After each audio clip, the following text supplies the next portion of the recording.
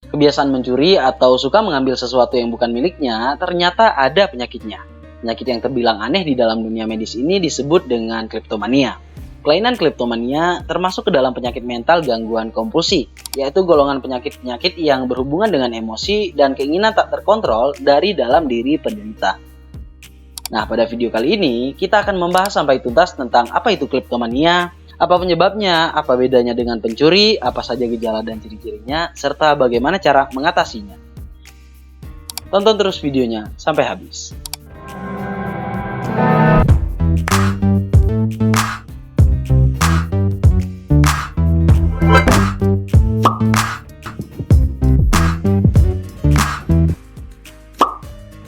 Yang pertama, kita akan bahas dulu nih, sebenarnya apa sih penyakit kleptomania itu dan apa definisinya. Kleptomania adalah ketidakmampuan seseorang untuk menahan keinginan mengambil barang yang bukan miliknya. Walaupun sebenarnya, barang itu tidak ada harganya dan tidak dibutuhkan juga oleh pelaku. Jadi, dari pengertian ini saja kita sudah tahu kalau kleptomania dengan pencuri biasa itu sangat berbeda.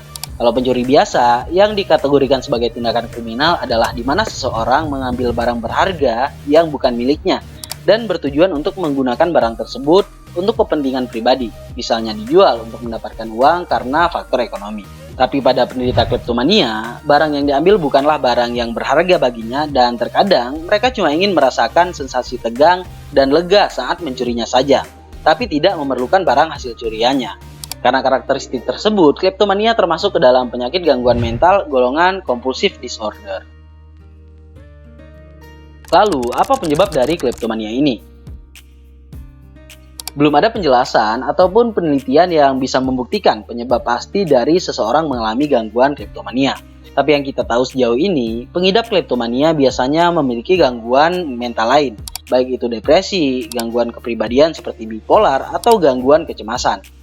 Hasil penelitian juga menunjukkan kalau ada beberapa ketidakseimbangan senyawa kimia di otak para penderita kleptomania seperti ini. Di antaranya adalah penurunan kadar serotonin yang berfungsi untuk mengatur emosi dan suasana hati. Serta terjadi juga ketidakseimbangan sistem opioid yang menyebabkan keinginan untuk mencuri tidak bisa ditahan.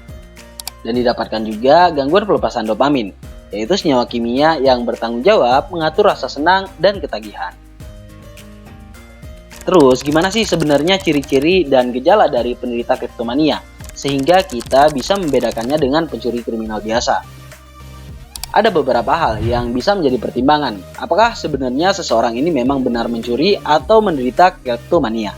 Yang pertama, biasanya mereka mencuri karena dorongan dan keinginannya, bukan karena nilai dari barang yang ingin dicuri.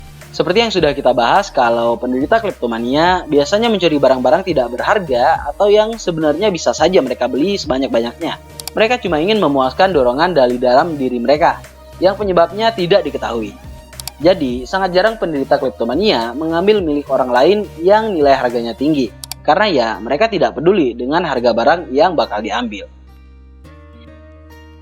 Yang kedua, penderita kleptomania melakukan tindakannya secara spontan. Berbeda dengan kriminal pencuri yang sudah merencanakan dengan matang apa yang harus dilakukan ketika mencuri, penderita kleptomania mencuri secara spontan. Jadi, tanpa ada rencana apapun, kalau mereka kebetulan melihat barang tertentu dan keinginan untuk mengambil barang itu muncul, mereka akan berusaha untuk melakukan aksinya. Kemudian, ciri ketiga pada penderita kleptomania, yaitu mereka akan merasa cemas saat ingin mencuri, puas ketika berhasil mencuri, dan menyesal setelah berhasil menjalankan aksinya. Memang ada banyak emosi yang tercampur dalam pikiran seorang penderita kleptomania, sehingga sulit buat kita orang normal memahaminya. Penderita pasti akan merasa cemas dan tegang ketika keinginan mencuri datang. Lalu setelah berhasil ia merasa senang, tapi sekaligus juga merasa bersalah, menyesal, malu, atau takut tertangkap. Masuk akal nggak nih menurut kalian? Tentu tidak, ya karena tidak masuk akal, makanya kleptomania ini dimasukkan ke dalam salah satu jenis penyakit mental. Ciri keempat yang sering ditemukan pada penderita kleptomania adalah mereka cenderung untuk tidak menggunakan barang yang mereka curi. Setelah menjalankan aksinya dengan lancar dan berhasil memenuhi keinginan untuk mencuri serta mendapatkan sensasi emosi kompleks tadi, penderita malah sering membuang barang yang dicurinya, atau jika tidak, diberikan kepada orang lain atau kerabat. Karena ya memang sebenarnya barang itu bahkan tidak dibutuhkan olehnya sama sekali.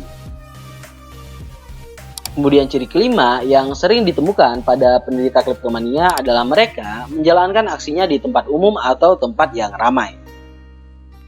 Berbeda jauh dengan pencuri biasa yang akan memilih tempat sepi supaya aksinya berjalan dengan lancar. Penderita kleptomania justru lebih memilih tempat ramai seperti toko dan supermarket. Tidak jarang juga mereka akan mencuri barang milik orang terdekat seperti sahabatnya sendiri pada event tertentu seperti saat adanya pesta mungkin.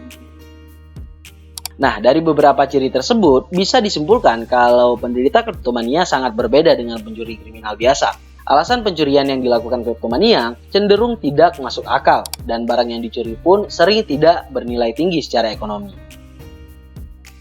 Lalu, bagaimana caranya supaya gangguan ini bisa sembuh?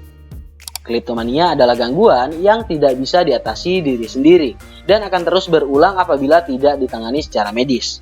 Pengobatan terbaik dari gangguan ini adalah dengan kombinasi obat medis dan psikoterapi. Jadi, dokter akan meresepkan obat yang harus diminum dan melakukan konseling serta terapi perilaku kognitif pada pasien. Melalui terapi ini, penderita diharapkan bisa sadar kalau perbuatan dan kebiasaannya ini bukanlah hal yang normal dan dapat diterima. Pasien juga biasanya akan diajarkan bagaimana cara melawan keinginan untuk mencuri yang muncul secara tiba-tiba dengan menggunakan berbagai metode yang sudah terbukti secara medis. Jadi, kalau orang yang kalian kenal sepertinya punya gejala kleptomania, langkah terbaik yang bisa dilakukan adalah berobat ke dokter spesialis kejiwaan. Penting juga untuk mengetahui kalau ini adalah penyakit mental. Karena itu, kita harus melakukan pendekatan tanpa menuduh atau mencoba menyudutkan mereka.